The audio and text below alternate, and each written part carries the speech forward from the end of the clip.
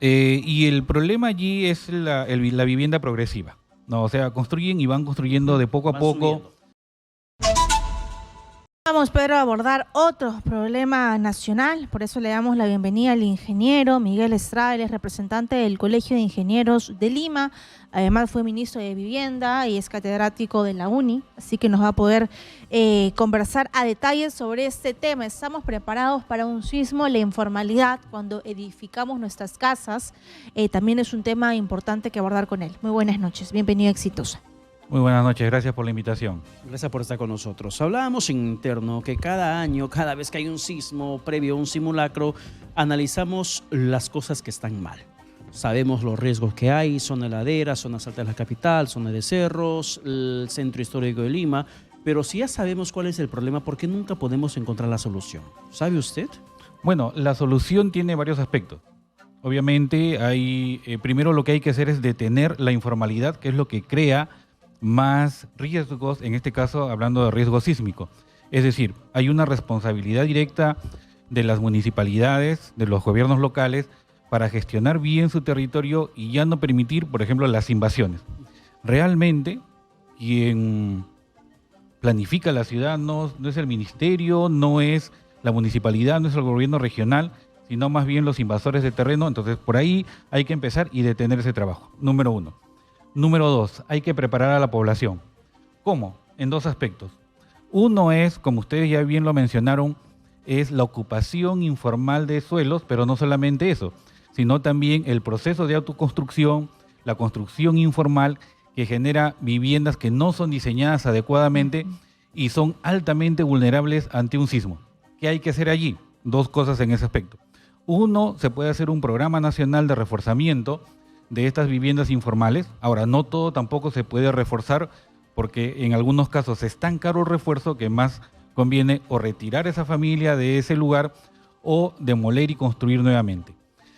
Ese es un proceso que va a tomar muchos años y es bastante costoso. Y el otro problema es para evitar sobre todo las muertes de las personas o la afectación directa a las personas, es que las personas sepan dónde evacuar, cómo evacuar, cuáles son las rutas de evacuación y los lugares de refugio. Entonces es un aspecto físico por un lado, físico, económico, social, y por el otro lado es la preparación a las personas que hay que hacer.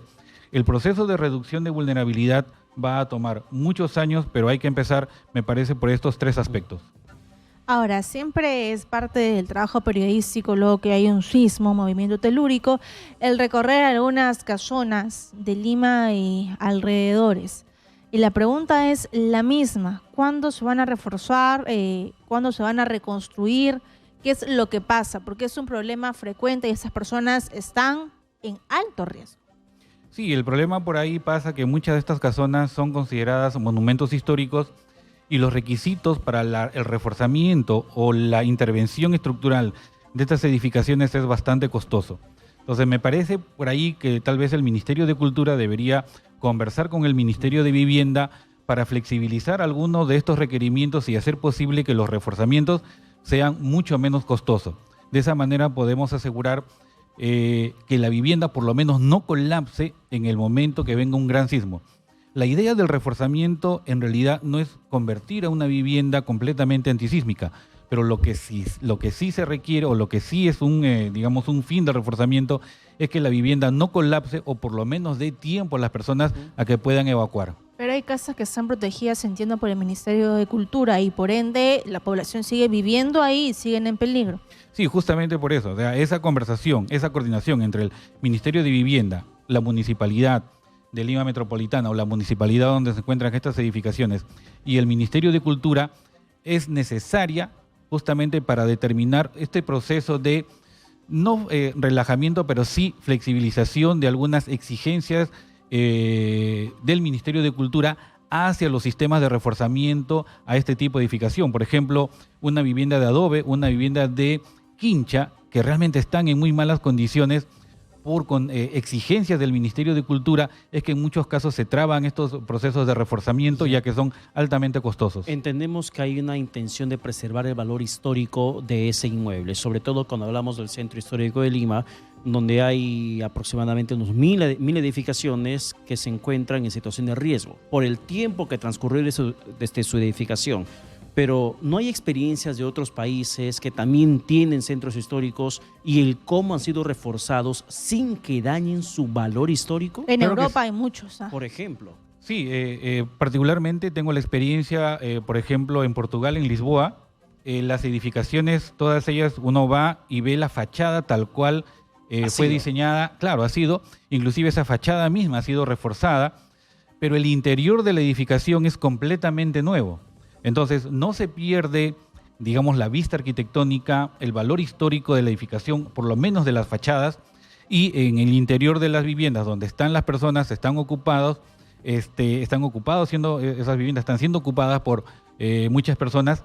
Ese interior sí es reforzado, inclusive en muchos casos se demuele el interior, digamos, la vivienda o la infraestructura antigua y se crea una nueva. ¿Y por qué aquí el Ministerio de Cultura no tiene esa capacidad de flexibilizar sus normas? Justamente por eso hay que conversar, o sea, ingenieros y arquitectos para preservar hasta dónde se debe preservar este monumento histórico de manera que no solamente se pierda el valor histórico, pero sobre todo salvaguardar la vida de las personas que ocupan esos monumentos. Entonces, ahí hay un trabajo que hacer de coordinación. De hecho, se ha estado, ahora hay muchas conversaciones entre entre el Colegio de Arquitectos del Perú y el Colegio de Ingenieros para que podamos resolver este tipo de problemas, sobre todo desde esos dos puntos de vista, ¿no? Desde el punto de vista arquitectónico y desde el punto de vista estructural. Y otro gran problema es cómo se viene viviendo, edificando nuestras casitas en las partes altas de los cerros, y en los últimos días, semanas, meses, con las lluvias, ya ha habido niños que han perdido la vida, no solamente aquí, en Piura, por ejemplo, producto de las lluvias, hubo un deslizamiento y una mujer perdió la vida. Aquí pasó con un niño. Entonces, la gente continúa buscando dónde vivir, y así sea en la zona más alejada, va con su familia y están en riesgo. ¿Cómo evitar ello? ¿Cómo trabajar para concientizar a la población? Lo que habíamos mencionado al inicio, ahí hay una gran responsabilidad de los gobiernos locales. Los gobiernos locales, es decir, las municipalidades, tienen que tener sus plan de desarrollo, un mapa, un plano de zonificación, de planificación, de cómo debe crecer la ciudad. Y no solamente el problema es de la informalidad de las viviendas, el problema es el agua, por ejemplo. El agua por lo general se maneja o se distribuye por gravedad, es decir, desde una zona alta a una zona baja. Cuando las edificaciones están en zonas altas por encima, digamos, de los niveles de agua que se están dando, entonces ahí hay un problema del costo, ¿no? Un sobrecosto de llevar agua porque hay que almacenar y bombear y luego para que baje por gravedad. Es otro problema adicional. El otro problema es la estabilidad de la cimentación, porque muchas veces vemos que en estas zonas de ladera, mitad de la edificación está en terreno firme y mitad está sobre relleno. Entonces, ese relleno también es muy inestable. ¿Qué se puede hacer? ¿Podemos construir en laderas? Realmente nosotros los ingenieros civiles podemos construir en cualquier lugar. El problema es que hay que seguir la normatividad, el diseño adecuado que tenemos. Estudiamos cómo diseñar edificaciones en cualquier tipo de suelo. El problema es que los invasores, obviamente las personas que invaden y construyen sus viviendas, no lo hacen de una manera adecuada. Tampoco vamos de la noche a la mañana con una ley, tampoco se va a detener la informalidad. Entonces, ¿qué se puede hacer?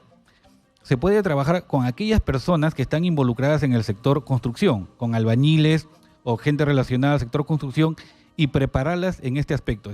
De repente, esas personas están trabajando en una empresa constructora, pero cuando no hay obra, pueden estar cachueleando. Entonces, que hagan ese trabajo eventual, pero de buena forma. O sea, si bien es cierto, los materiales no son a veces los adecuados, pero sí se puede utilizar. Hemos probado, inclusive en la universidad, se ha probado ladrillos informales, pero construidos de buena manera, resisten. Entonces, si tenemos a la gente que está directamente involucrada en los procesos de construcción, capacitados o capacitadas para que hagan un diseño adecuado o una construcción adecuada, me parece que por ahí podemos reducir algo la vulnerabilidad. Tal vez no la informalidad, pero sí la vulnerabilidad. Pero la informalidad y la vulnerabilidad va también de la mano con la falta de oferta de viviendas a costo social que el gobierno tendría que impulsar. Usted estuvo dentro del Ministerio Sí. de Vivienda. ¿por qué no es posible hacer mucho más eficiente una política de vivienda para cortar la brecha que existe en este momento? Porque si la gente va y habita en laderas, habita en zona de cerro, zonas altas, es porque es más económico, porque no le alcanza para otra cosa más, otra vivienda en mejores condiciones y con mayor nivel de seguridad. Y el problema allí es la vivienda progresiva, ¿no? O sea, construyen y van construyendo de poco a Van poco. subiendo. Claro, y el proceso ahí, el problema es económico, que poco a poco van financiándose, van financiando el proceso constructivo, y justamente ahora la cooperación internacional quiere trabajar con eso, con las viviendas progresivas, pero de una manera adecuada. Respondiendo directamente a tu pregunta, ¿cuál es el problema de seguir, por ejemplo, generar suelo urbano? O sea, lo que hay que hacer es generar suelo urbano para que luego en ese suelo urbano se hagan las edificaciones de manera adecuada. Vivienda social, como bien mencionas. El problema pasa por una transversabilidad de los sectores. Para poder generar suelo urbano, no solamente se necesita la edificación, se necesita pistas y veredas, Ministerio de Transportes y Comunicaciones. Se necesita electricidad, Ministerio de Energía y Minas. Se necesita tal vez una posta médica, Ministerio de Salud, un colegio. Entonces, como ven ustedes, es un problema social transversal para la generación de suelo urbano. Entonces, esa, digamos, dinámica de la participación de diferentes sectores hace un poco complejo. Lo que hay que hacer es el liderazgo desde las más altas esferas del gobierno para que se junten todos estos actores, no solamente el gobierno nacional, sino también los gobiernos locales, para que junten fuerzas y generar ese suelo urbano que tanto necesitamos, ¿no? Sobre todo en zonas planas y donde haya un acceso al agua. Recordemos que el agua es un factor muy importante y todos los proyectos de agua ahora tienen que venir con proyectos de agua y desagüe. No se puede hacer un proyecto solamente agua. ¿Por qué? Porque el agua contamina bastante si es que no está tratada. Entonces, el problema es transversal, pero me parece que tenemos, el Fondo Mi Vivienda está haciendo algún trabajo en esto, no, pero falta más. Actualmente se necesitan alrededor de 150.000 viviendas al año. El Fondo Mi Vivienda en total más o menos otorga los préstamos entre 40.000, 50.000 hasta 60.000 colocaciones de bonos al año. Otro tanto, 20.000, 30.000, están siendo financiados por la banca privada. Es decir, las personas que están en una clase social A y B piden su préstamo personal hipotecario y con eso compran una vivienda. El otro tanto es la informalidad, justamente, que es lo que hay que disminuir a través de estos proyectos transversales para solucionar la vivienda. Entonces, la Constitución misma lo dice, o sea, ¿qué tiene que ofrecer el gobierno? Salud, educación, vivienda y agua. Pero es un problema, como les digo, transversal, que hay que tiene que venir desde, digamos, una coordinación, desde un Una liderazgo. política pública. Porque en De este hecho, hay país, política pública para tener la una generación. casa, un departamento parece inalcanzable, ¿no? Un departamento aquí en Lima te llega a costar $500,000 de soles. El otro problema, ya para terminar, es la tenencia de la tierra. Por ejemplo, el Fondo Mi Vivienda puede ofrecer construcción en sitio propio. Es decir, una persona que tenga un terreno pide este bono para construir su vivienda de manera formal, pero tiene que tener el título de propiedad. Y como habíamos hablado desde un inicio, los traficantes de tierras hacen que ese título de propiedad sea muy difícil de conseguir. ¿Por qué? Porque invaden zonas que no adecuadas, como por ejemplo zonas que puedan ser inundables en caso de un desborde de río. Y ahora que estamos hablando del fenómeno del Niño, ¿cómo califica esa gestión para prevenir, para mitigar el impacto de lo que se nos viene? Lo que ya hemos estado ocurriendo, lo que ya está ocurriendo en algunas zonas, en Lima gracias a Dios no, pero sí en otras regiones. Por ejemplo, tenemos el caso de unos baños termales que ya desaparecieron porque fueron completamente tapados por el lodo, o sea, ya no existe, ya esa actividad turística se perdió en esa zona. Bueno, las obras de infraestructura no se pueden hacer de la noche a la mañana, definitivamente. Las obras de infraestructura primero tienen que ser trabajadas a nivel de cuenca hidrográfica. La cuenca hidrográfica no entiende de división política, es decir, tiene que ser trabajada desde la cuenca alta, media y baja. Muy bien, entonces es un problema, digamos, de ingeniería que se puede resolver. Las obras de mitigación son importantes. Actualmente, ¿Cuál es la obra de mitigación que se puede hacer rápidamente? Es la limpieza de los cauces de los ríos, porque mientras más área tenga ese lecho de río, va a poder llevar más agua y desbordar menos. Y el otro aspecto es la preparación a las personas. Es decir, que sepan qué cosa es lo que tienen que hacer, sobre todo para salvaguardar la vida. Tal vez, lamentablemente, cuando hay una inundación muy grande, ya es inevitable el desborde, pero las personas sí tienen que protegerse. Entonces, los trabajos de prevención o mitigación, que es básicamente diques y la limpieza de cauces, y posteriormente tienen que ver todos estos proyectos de gran envergadura, por ejemplo, represas o desvíos de agua a través de grandes canales para proteger sobre todo los centros urbanos. Entonces ahí nos damos cuenta que no solamente un tema de sismo, de tsunami, es un riesgo en el país. El tema fenómeno del Niño como tema climático y que se va dando de forma frecuente en los últimos años es también, creo que hasta más previsible. E incrementado, acordémonos, por el cambio climático.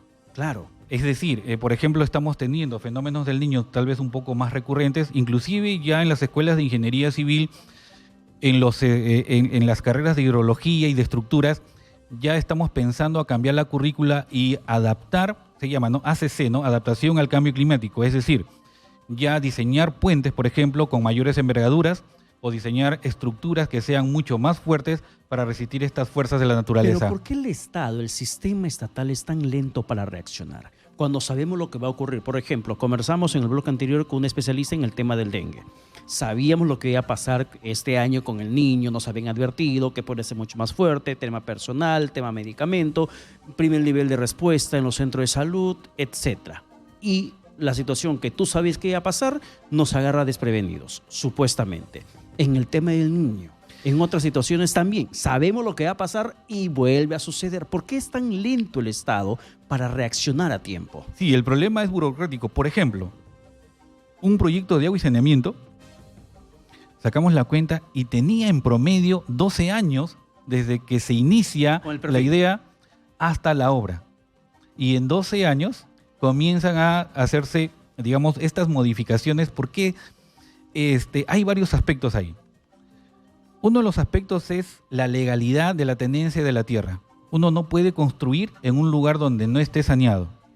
El otro problema es la falta de capacidades también en las organizaciones públicas, en donde los profesionales a veces no tienen las capacidades para, por ejemplo, revisar los expedientes técnicos, y por eso que muchas obras están paralizadas. Expedientes técnicos mal hechos, y el otro problema, y eso hay que decirlo, es la corrupción, ¿no? La corrupción que hace que las obras empiecen y no acaben, y los expedientes técnicos, o las obras, perdón, se queden paralizadas.